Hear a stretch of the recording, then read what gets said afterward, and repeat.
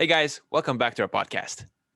Hi guys, this is Rickie, and today I'm going to be talking about the second part of our last podcast, which is how a viewer asked us, how do we deal with when we don't have a coach, how we go about training without our coach. If you're interested in hearing Dan's thoughts and his experience, you can definitely check out our last podcast episode. And now this is going to be about my experience with having to train without a coach and what I do in that situation. So definitely, I would say I have a lot of experience training without a coach. And for some people, that might be, I don't want to say kind of hard to believe, but definitely unexpected.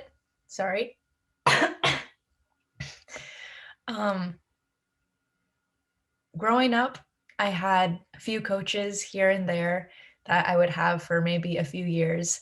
My actual first dedicated coach I had when I was 6, and then he moved away a few years later.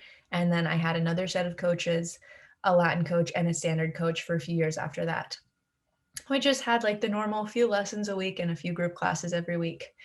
And then it came to a point where we were switching studios, and with the owners and with teachers and the coaches, families, there was drama. So, kind of at the new studio, um, our coaches were there for a little while and they followed us to the new studio. And then after that, they actually left the studio and we couldn't take lessons from them anymore. So, then in that situation, I was kind of like junior, I would say like around junior one. Um, and our coaches basically left and we were trying to figure out who in the heck are we going to take lessons from, because if you're not from Seattle, I don't think you realize how small the pool of ballroom dancers there is. It is one of the smallest I've seen in any of the countries that I've been to across the US for competitions, for lessons, for camps. There's a very, very small amount of teachers here. There's a small amount of studios, and there's a small amount of nationally recognized competitors that go to bigger comps. So because of that, everybody kind of knows everybody. And if you're not on somebody's good side or you don't know them personally very well, you're probably not going to drive an hour and a half several times a week to the nearest studio when you're junior one to take lessons from somebody that you don't even really know. So we were kind of in an interesting position.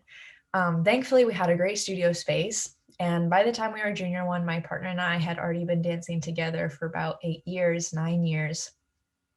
And we kind of just took it upon ourselves to go to the studio as our parents were trying to figure out how we were going to take lessons.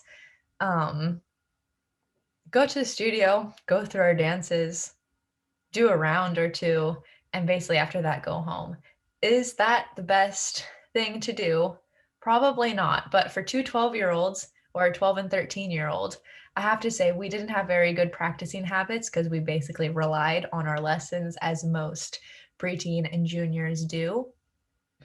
I don't know how they are now, but when I was a preteen and junior, I didn't practice so much by myself. So it was actually very hard for us because we weren't used to just practicing, going to the studio to practice. And we were basically like best friends. So we didn't really want to practice. We would kind of just dance around the floor, talk about our days, kind of just like it was very questionable, I have to say. But it definitely gave us the experience of having to look at ourselves in the mirror because we didn't have a coach there and just be like, okay, what can we do? Basically, we would just dance. We didn't really see anything wrong. If something went wrong, we would just go over it again until we were happy with it. And then, like I said before, maybe we would do a round, do all 5 dances, and then switch clothes because we were 10 dancers. So we'd go to the other style, have a little break in between, and do the same thing. Um, so that was a very, very basic way that we trained without a coach, which I don't even know if you can say it was training. It was basically just the enjoyment of practicing your dances, basically. Um, Thankfully, after that, we did get a new coach. Um, Somebody we had never met before that recently had come to Seattle from another country, and they had never heard of us. We had never heard of them. But at that point, it was kind of our only option. So we thought, why don't we give it a shot?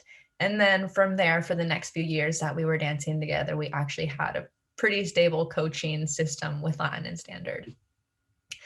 After that, I had 2 more partnerships, and in those partnerships, my training situation was very different.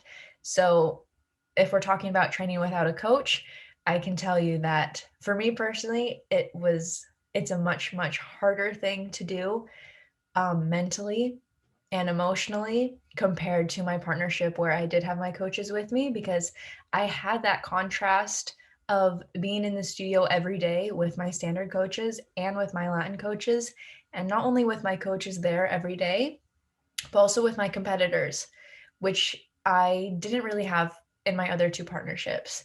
Um, Having the ability to be at a studio or be able to go to several different studios during the week and actually practice with your own competitors, to me, is a huge plus. It's a huge motivational thing, and you're just in the environment that, in my opinion, I want to be around. Like, usually you want to surround yourself with the people that you want to be more like. So, of course, if I'm in the presence of my coaches all the time and I'm in the presence of my highest competitors, it's very easy for me to stay motivated and to be in the proper mindset to keep improving. After that partnership, my partnership that I'm in now, we had a completely different situation, and we were at a studio where we had no coaches and no competitors, none of our competitors actually. Um, and the reason why I went to that studio is because it was bigger, it was cheaper, and our coach travels basically around the world all the time. So he's never in one spot where we can like be at his studio. So we just had to find our own studio that worked for us. And in that situation, after just coming out of the situation of basically being at a perfect studio with all the competitors, camps, comps, everything you can imagine was there. It gave me the intuition to know that I can train like that. It's just going to be a lot harder doing it completely by yourself in an empty studio every single day. Um, Definitely, how Dan mentioned last time,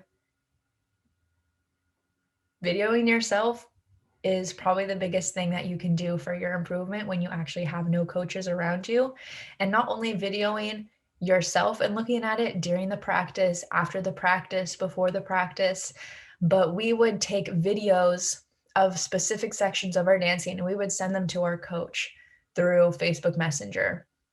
And maybe he wouldn't respond to us right away, but he would get around to it. He would watch the video. He would either text us back a little message or he would just send a voice message, kind of giving his thoughts on that piece, which definitely helped us. And of course, when we could afford to take the lessons and we had the opportunity, we would take a few lessons. And as Dan mentioned last time, if you're not writing down what you learned from your lessons, you're pretty much just wasting your time in that lesson, which is a hard lesson to learn. And sometimes you have to learn it the hard way. But even if you don't have a notebook on you, you can always write it down in your notes app on your phone. I'll just have like a little tab for this week's lessons, or I'll just have a thing just for lessons, and I can scroll back in those and I can see what I worked on previous lessons, what my corrections were, how it felt, what we worked on in that specific lesson, whether it was a concept or it was a piece of choreography, whatever it may be. And I can just look through those no matter how many weeks or months ago it was, and it still applies every time I go to practice. It's never going to be like, oh, I mastered that, I don't need to practice it anymore. Definitely you want to practice and get better, but there's always going to be an opportunity to practice what you've been corrected on in the past. So I would definitely use my notes app all the time. If I kind of felt like I was lost, I didn't really know what to practice with, I haven't seen my coach in several weeks, I would just go to the notes app, look at what I've written down, and focus on that for my practice until I can come up with something else that would help me in the moment better. Or I talked with my partner and we decided exactly what we're working on that day. Seeing yourself in the mirror can be such a huge misconception because it's so different than what other people see. So I try not to base off my feelings of what I see in the mirror. And anyways, when you go to competitions, you can't even see yourself in the mirror anyway, so it doesn't even help. So I try to not depend on that, only use it when I need to. Definitely filming ourselves helps a lot. And before or after you're filming yourselves, or before or after your practice, the biggest thing, this goes for standard and for Latin, is always practicing your basics will help you improve no matter what. It doesn't matter if you're a professional Latin dancer, it doesn't matter if you're a junior one ballroom dancer. And if you're in the situation where you're not able to take lessons or you don't have a coach right now, of course you want to go through your routines, your run throughs, but everything comes down back to basics. And the more you practice it, the stronger it's going to make your other dancing. So, when in doubt, go through the basics of your 5 dances or your 10 dances, and you can do an entire practice just doing basics, and it can be just as effective as doing a regular everyday practice where you're going through your routines, run through stuff like that. So that's definitely some things that I've used when I don't have a coach, and definitely it can be very mentally difficult, but you just have to push yourself and know that if there's a goal that you're going for, that you have to do anything you can to help yourself reach that goal. Yes, thank you for sharing, Ricky. Something that came into my mind real quick. You will learn to value your lessons once you start paying for them. It might take you a few lessons to understand that, but once you start paying for your lessons, the value is going to come then. You're going to be like, I better write this down because I did not just pay X amount of dollars just to forget this. Yes, when you start paying for your lessons, you unfortunately, it takes that long for you to value them because most of us will have our parents pay for our lessons like through preteens and our childhood. And then once you get to a certain age, depending on your financial situation and your parent situation, they might not be able to pay for it, or maybe you don't want them to pay for it anymore and you want to pay for it yourselves, which is great. But everybody knows that dance lessons are very expensive. So definitely when you start paying for them, you will understand the value of them more and take it a lot more seriously. Yes, most definitely. Well, thank you for listening, guys. If you want to hear my side of not training without a coach, we posted that episode earlier. We'll link it in the description. Thank you for listening, and see you guys next time. Bye, guys.